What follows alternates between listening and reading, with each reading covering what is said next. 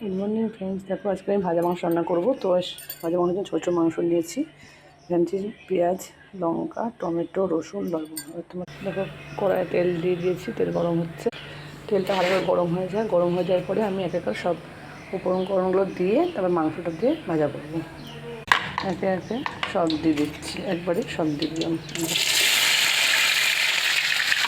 সব ভাজা ভাজা হয়ে যাবে।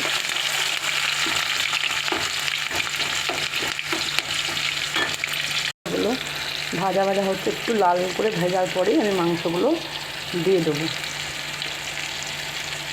আর মাংসটাও দিয়ে দিলাম। স্বাদ মতো তোমরা নুন দিয়ে দেবে। আমি যখন দিলাম, যেহেতু এই মাংসটায় হলুদ চলে না, হলুদ চলে তাই আমি হলুদ দিলাম না। লেবু দিয়ে নামাতে হয়। লেবু